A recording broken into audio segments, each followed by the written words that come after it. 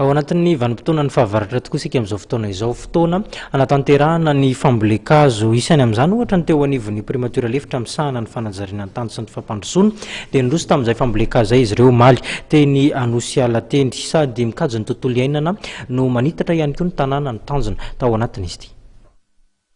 Teny anosy ala anatanterahana ny tetikasa fanondrinana tanàna vaovao, toerana anaovana ny tetikasa trano mora sy trano fonenana ho amin'ny mpiasa amin'ny ministera no nofidian'ny primatiora lefitra misahana ny fanajariana ny tany sy ny fampandrosoana nanatanterahana hetsika fambolen-kazo omaly. Nitarika ary nandray mavitsika tamin'ny hetsika ny tompon'andraikitra voalohany primatiora lefitra Andriamatoa Azo Andrenanarivelo.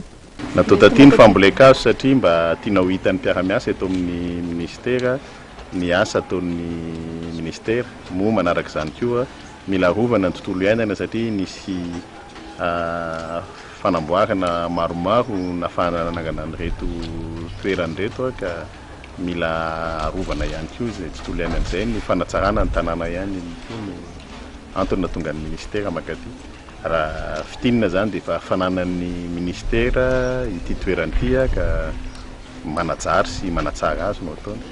Ankoatra ny trano mora sy ny trano ministera dia orinasa mpanjakana manorina trano amin'ny mpiasa ao aminy eny anosy ala amin'izao fotoana izao.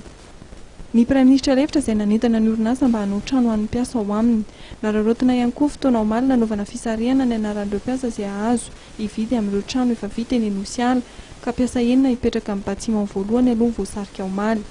Ny ala arena sarobidy sy manam-paharoa izay indrindra no teny filamatra hoentina manatanteraka amin'ny fambolen-kazo amin'ity taona ity manerana ny nosy ary tsy nivoana tamin'izany no tanterahan'ny primatiora lefitra misahana fampandrosoana sy ny fanajariana ny tany teny anosy ala.